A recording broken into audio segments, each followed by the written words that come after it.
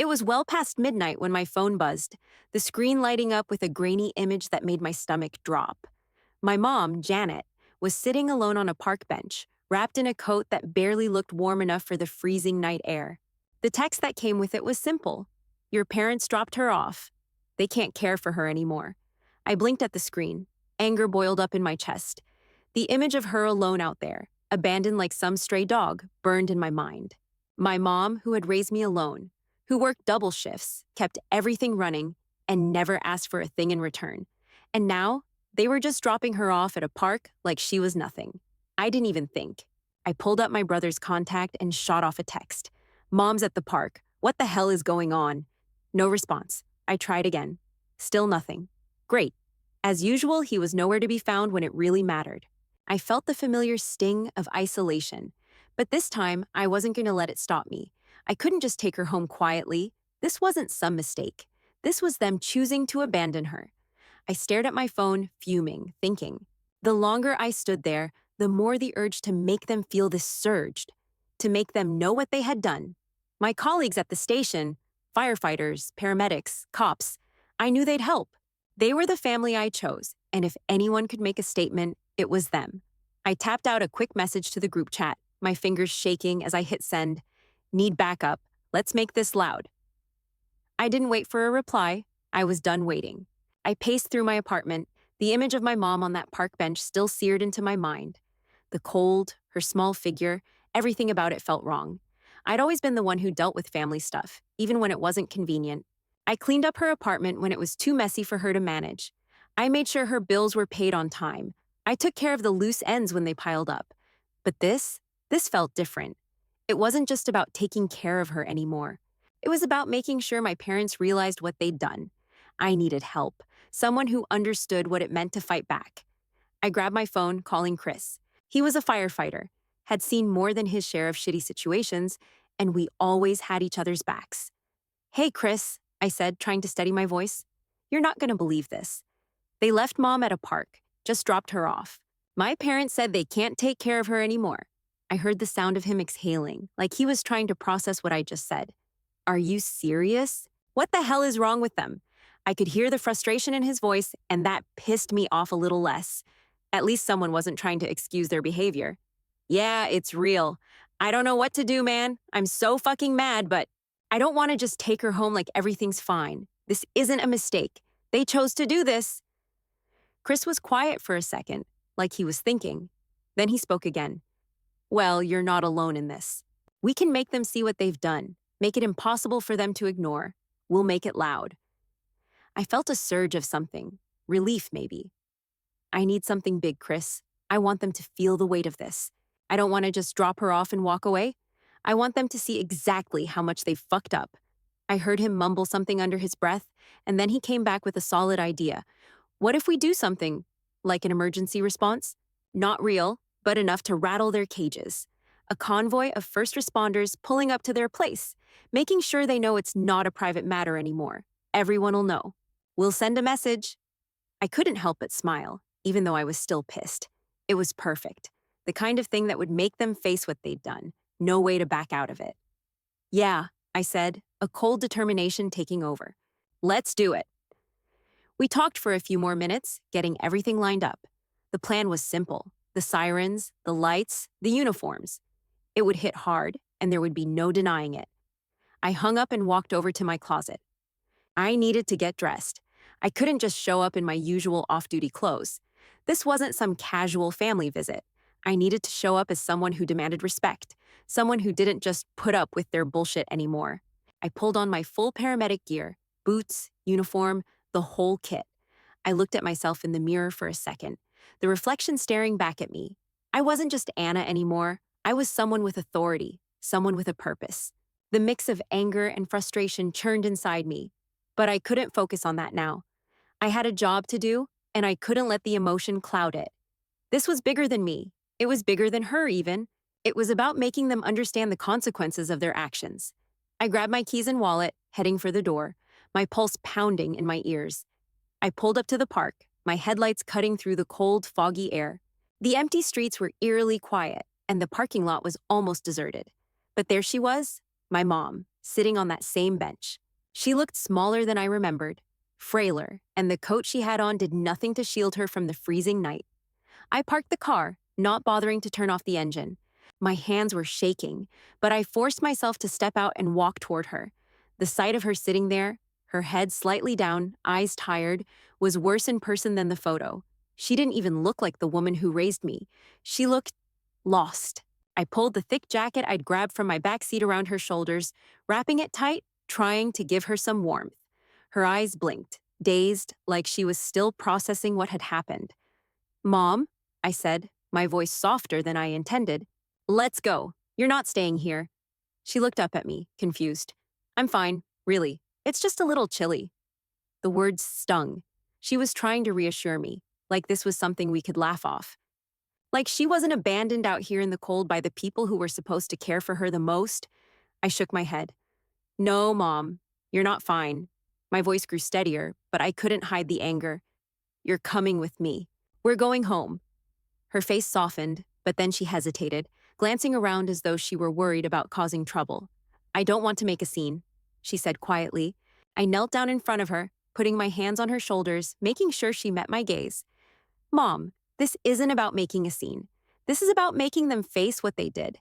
They abandoned you, and I'm not letting them get away with it." Her eyes filled with uncertainty, but I saw something else there. Relief. I was taking charge. For once, I was making the decisions. She nodded slowly, her voice still hesitant. "Okay, Anna, if you think it's for the best." I didn't wait for any more protests. I helped her to her feet, guiding her to the car. We got inside, and as I pulled away from the curb, I felt my pulse racing. This wasn't just about getting her back home, not anymore. This was something bigger, something that would make my parents realize they couldn't treat her like this and expect to just move on with their lives.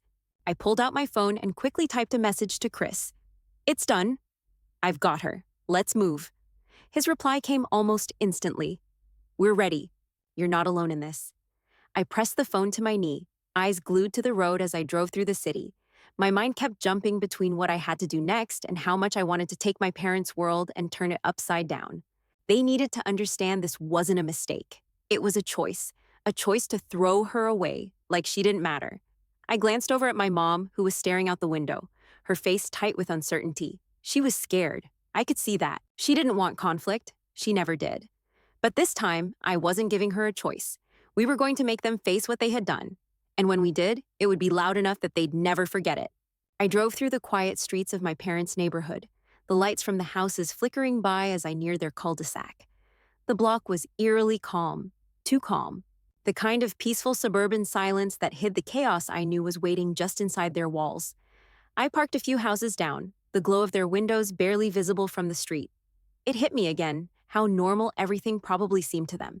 They were inside, likely watching TV, maybe having a drink, like nothing was wrong. Like they hadn't just abandoned my mother in the cold. I could picture them now, sitting there, pretending they hadn't ruined everything. My heart thudded in my chest, each beat feeling heavier than the last. I grabbed my phone and sent a quick text to Chris. "On site. Get ready. It's time." I slipped out of the car and walked toward the trunk, the weight of the situation settling in. I pulled open the trunk and grabbed the duffel bag I'd packed earlier. Inside, there were all the tools I needed: medical supplies, a few extra sets of gloves, and a couple of radios, just in case things got complicated. The kind of things you never think about until you have to. I checked my phone again. Chris had assembled the team: paramedics, firefighters, a couple of cops who were friends of mine, and they were all in full uniform, ready to make a point. I could already hear the sounds of the sirens and engines in the distance, getting closer. They were ready, and I was ready. This wasn't about taking Mom home and pretending everything was fine. This was about making my parents, face what they'd done. And if it meant waking up the whole damn neighborhood to do it, then so be it. I slammed the trunk shut and got back in the car, my hands gripping the wheel. I could see their house now, a little more clearly, just ahead. The familiar driveway, the quiet street. It felt like a punch in the gut. I took a deep breath. I pulled out of my spot and started driving toward their house. As I made the turn down their street, I could already see the flashing lights from the convoy approaching. One by one, I watched the emergency vehicles pull in, their sirens off but the lights blaring, cutting through the darkness. They were here, and the whole neighborhood was going to wake up, They'd all see what had been done, and there was no way my parents could ignore it now. As the convoy rolled down the street, my mind flashed back to every time I dealt with a family emergency on my own, every time I'd stepped in to clean up their mess. But this was different. This time, I wasn't stepping in as the daughter who just picked up the pieces. I was stepping in as someone who had a damn point to make. I was doing this for my mom, yes, but I was also doing it for myself. For the years of neglect and silence from them, they couldn't hide behind their excuses anymore. I glanced over at my mom, still sitting silently in the passenger seat. She hadn't said much since we left the park, just staring out the window, lost in her thoughts. But I could feel her trust in me, in the way she sat there, not questioning my decision. We were about to make my parents understand that this was not something they could just sweep under the rug. Not this time. I pulled up in front of my parents' house, the first to arrive. The blaring sirens filled the street, the hum of the emergency vehicles growing louder as the rest of the convoy rolled in behind me.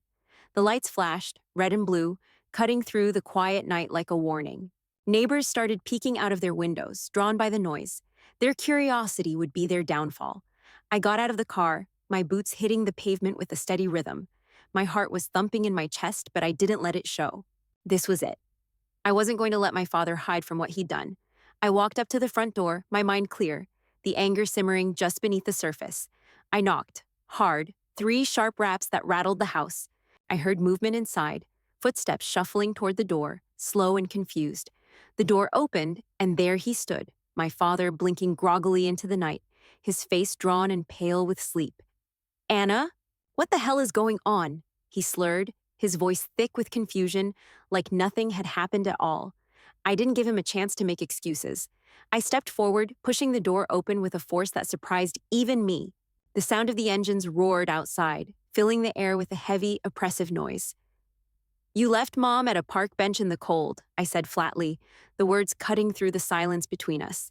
He froze, blinking as if he didn't understand what I was saying. His mouth opened and closed, no words coming out at first.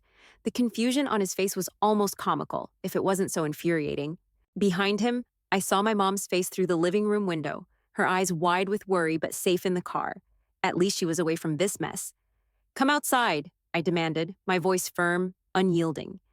"Come out here and face what you did. Now!" The tension between us thickened, like a weight pressing down on my chest. The air felt heavy with the sound of sirens, the neighbors watching from their windows, the low hum of the convoy's engines filling every corner of the block. For a moment, my father just stared at me, blinking like he was trying to process it all. His eyes flickered toward the flashing lights outside, then back at me. I didn't flinch. He didn't move. He couldn't. Finally, after what felt like a lifetime, he sighed, the sound heavy with resignation. He stepped out of the doorway, leaving the door open behind him, his body stiff with anger or embarrassment, maybe both. "Anna," he started, but I wasn't interested in his excuses. "No," I cut him off, my voice steady. "Don't try to justify it. Don't try to explain it away. You chose to leave her there. You chose to walk away from your own wife, in the cold, in the dark, and you didn't care." His face flushed. "I didn't." "Don't," I snapped, stepping closer. "Don't even start. This isn't a mistake, Dad. This is what you decided. You and Mom dropped her off like she was trash, like she didn't matter, and now we're here, and you can't ignore it. Not anymore." I stood there, waiting as the silence stretched between us, thick and suffocating. I could feel the eyes of the neighbors on me, the phones out recording everything. The weight of it was crushing, but I didn't care. My parents would never live this down, not as long as I had a voice to make them hear it. I didn't wait for my father to speak again. I wasn't giving him the chance to twist his words or pretend this was anything but what it was. This was his reckoning. This was my mother's reckoning. "Say it," I pressed. "Apologize to her. To everyone who's watching. Apologize for abandoning your wife." The seconds stretched on, every moment dripping with pressure. His face was tight, his eyes darting around, but there was nothing left for him to say. The cameras, the neighbors, the convoy, everything was aimed at him now, and there was nowhere left to hide. Finally, his voice cracked, but it wasn't enough.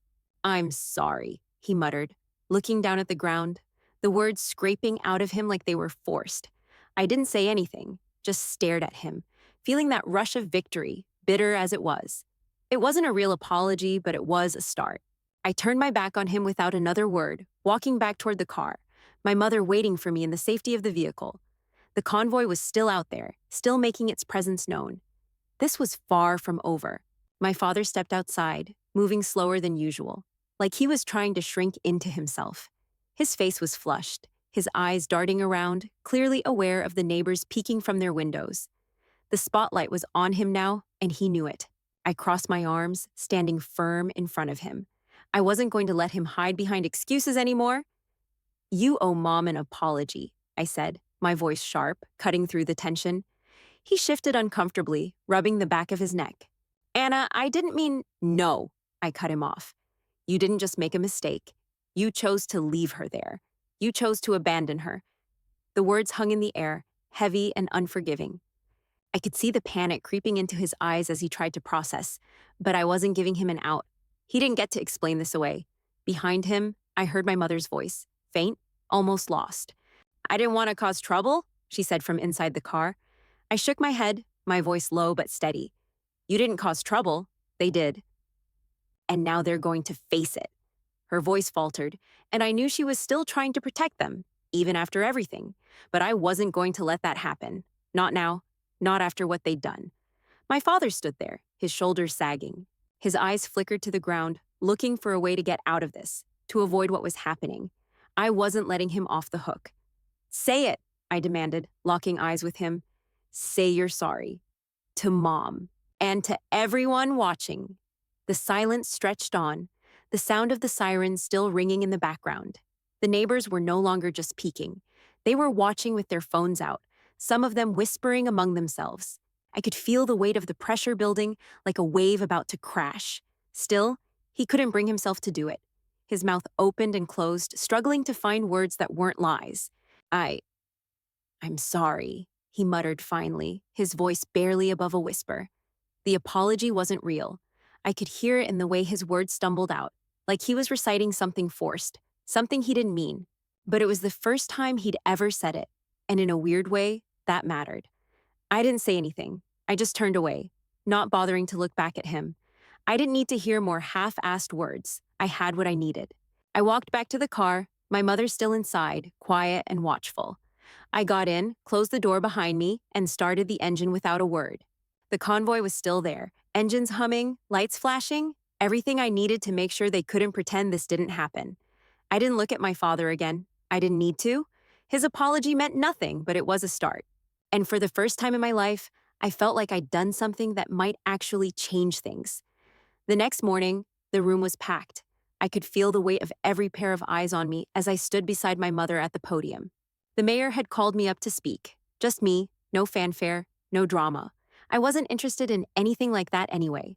I was here for one reason, to make sure everyone knew exactly what had happened the night before. No excuses. No apologies from the wrong person. The cameras pointed at us, the quiet hum of the crowd filling the space. I could hear the low murmurs, but I ignored them. I wasn't here for them. I was here for my parents, sitting quietly in the back, trying to blend into the walls, hoping they'd go unnoticed. But they couldn't hide from this. Not anymore. I took a breath and began, keeping my voice steady and clear. "Last night, my mother was abandoned by her own family," I said, my words cutting through the silence. "She was left alone on a park bench in the cold, with no one to care for her, because my parents, my own parents, refused to take responsibility for her." The room shifted. You could feel the shock ripple through the crowd. I didn't look around. I didn't need to. I focused on the microphone, on the words I had to say.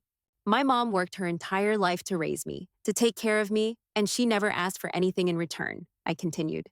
And yet, when it came time for her to need help, when it came time for the people who should have been there for her, they chose to leave her out in the cold. They chose to pretend she didn't matter. I glanced to the back of the room where my parents were sitting, trying to avoid attention, but I wasn't going to let them get away with it.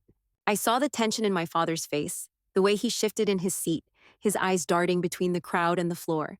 I took a deep breath and finished, my voice loud enough to fill the room. Family isn't about ignoring the people who raised you when they need you the most. It's not about abandoning them when they're vulnerable. Family is about showing up, no matter what. The mayor stood up, and the room fell silent as he addressed the crowd. His voice was firm, condemning the way my mother had been treated. "This is an unacceptable betrayal," he said, looking at my parents. "A family should be there for one another, and the treatment of this woman is appalling." We must hold ourselves accountable for our actions, especially when those actions affect others so deeply. The room seemed to hold its breath. I knew my parents were squirming, trying to avoid eye contact with anyone. My father kept his head down, his hands folded in his lap like he could make himself disappear. But the moment was far from over. I stood there staring at them. I wasn't going to let them off the hook just because they were embarrassed. They had to hear every word, and they did. Finally, my father stood up. He looked like he'd been dragged from his seat, stiff and uncomfortable, like he didn't know how to apologize but knew he had to say something. The room was still, the tension thick. Everyone was waiting. I could feel their eyes on him, waiting for him to take responsibility for his actions. "I'm sorry," he muttered, barely audible, his gaze fixed firmly on the floor, never once meeting my eyes or my mother's. His words felt empty, drained of any sincerity. It wasn't the apology I wanted, but it was what he had left. I didn't respond. I didn't need to. I watched my father stand there, fumbling for something genuine, but knowing it would never come. My mother, quiet as always, didn't react. She kept her eyes forward, her face expressionless, but there was dignity in the way she held herself. She wasn't going to give him the satisfaction of reacting to something so hollow. I turned my attention back to the mayor, who stood with his arms crossed, watching the scene unfold. His eyes met mine, and I saw the quiet approval there. He knew exactly what this moment meant. As my father slowly returned to his seat, the air seemed to shift. I felt a weight lift off my shoulders, but there was no sense of victory, no moment of triumph. My parents had apologized, but it wasn't for me or my mother. It was because they'd been forced to. And that's what made it sting. I watched the people in the room, some with their heads down, others shaking their heads in disbelief, and I realized that it wasn't just my parents who had been exposed. This was bigger than us. The truth was out now, and my mother and I weren't going to be ignored anymore. The mayor sat back down, the murmurs in the room quieting. I didn't have anything else to say. My message had been delivered. My parents had been exposed, and now there was nothing left for me to do but walk away. The media coverage was quick. It spread like wildfire. Local news stations picked up the story, and within hours, my parents became the subject of every conversation in town. I didn't watch it, didn't pay attention to the endless news loops or the comments on social media. I didn't need that. What happened in that room, what I said, that was enough for me. I spent my time with my mom, focusing on what really mattered, making sure she felt loved, cared for. We took small walks around the block, just the two of us. Her arm looped through mine as we strolled through the quiet streets. I made her tea every morning, the smell of it filling the apartment as we sat at the kitchen table, talking about anything and everything, or sometimes nothing at all. Those moments of stillness were the ones I cherished most. I didn't need any more drama. The confrontation was over. My parents had been exposed, their apathy laid bare for everyone to see. But my mom, she deserved peace. She deserved calm after everything. My parents, on the other hand, stayed silent. Not a word from them, not even a text. And that silence, it was their punishment. I didn't care if they were ashamed, if they were avoiding me, or trying to figure out how to apologize properly. It wasn't my problem anymore. Their silence was exactly what they deserved, and I wasn't going to break it for them. The community, though, people in town started showing up. They'd come by my mom's apartment just to check on her, to make sure she was okay, to tell her they were sorry for what happened. I didn't realize how many people were quietly on our side, waiting for the right moment to step in. It was a small town, but it felt like a world of difference. The support was overwhelming in the best way possible. One afternoon, I came back from a walk with my mom and found a letter sitting on the kitchen counter. The handwriting on the envelope was unmistakable. My aunt, the last person I expected to hear from. I opened it, my fingers hesitating as I read her words. She wrote that my parents had been rethinking their actions and that they were ready to make things right. She even said that my father had been more emotional than usual and that he finally saw the mistake he'd made. I crumpled the letter up in my hand. I wasn't sure how I felt about it. Part of me wanted to rage, to tell her to get out of my life with her half-hearted attempts to fix everything, but another part of me, one I hated for even thinking it, wondered if there was a chance for things to be different. If my father was actually capable of changing, or if it was all just some desperate play for sympathy. But I didn't respond. Not yet, anyway. I needed time to think about it. What good would it do for me to write back in the heat of the moment? I'd already made my decision. I wasn't going to let their guilt or their shame dictate how I moved forward. For now, I focused on what mattered: my mom. I wasn't going to let anything or anyone disrupt the small peace we'd started to build. We had each other, and for the first time, that was enough. 2 weeks later, I pulled into my parents' driveway with my mom beside me. I had no hesitation now. The anger, the frustration, it had settled into something different, something more focused. This was the final move, the last piece of the puzzle. I wasn't going to let this go, not until they truly understood the consequences of what they had done. My parents were home. I could see them standing on the porch, looking bewildered. They hadn't expected this. The sound of my car's engine idling was louder than it should have been in the quiet of their suburban neighborhood. I stepped out of the car, and before I could even close the door, I saw the convoy arriving behind me. The firefighters, paramedics, and a couple of cops, all of them in full uniform, lined up along the driveway. They didn't ask questions. They knew why they were here. They were here to make a statement. I walked toward the porch, feeling my mother's presence beside me, though she was quiet as always. We both knew this moment was coming, and she didn't stop me. I stopped at the foot of the driveway and faced my parents. My father's face was pale. My mother didn't even look at me. She stood there, hands clasped, but her eyes were fixed on the ground, refusing to meet mine. "This is what you didn't give, Mom," I said, my voice steady. "This is what she deserved the night you abandoned her." I nodded, and one by one, the responders placed gifts on the driveway, each of them taking a step forward, placing a blanket, a thermos of tea, a scarf, and a note in front of my parents' house. Simple things, but each one packed with meaning. Things they should have given her when she needed them. My father didn't move. He just stared at the gifts, his mouth opening but not knowing what to say. He was speechless, and for once, I didn't care what he had to say. I turned back to my parents. "You can't erase what you did," I told them, my voice cold and final. "You can't forget this. But maybe, just maybe, you'll remember what it means to care for someone." I didn't wait for their response. There was nothing left for me to hear. I walked back to the car, my mom following quietly behind me. I slid into the driver's seat, my hands gripping the wheel, and started the engine. As we pulled away from the house, I glanced at my parents in the rearview mirror. They were still standing there, frozen in place, like they were waiting for something to happen. But nothing was going to happen. This moment was already over. I drove off, my mom beside me, the silence between us comfortable for the first time in a long while. Neither of us needed to say anything more.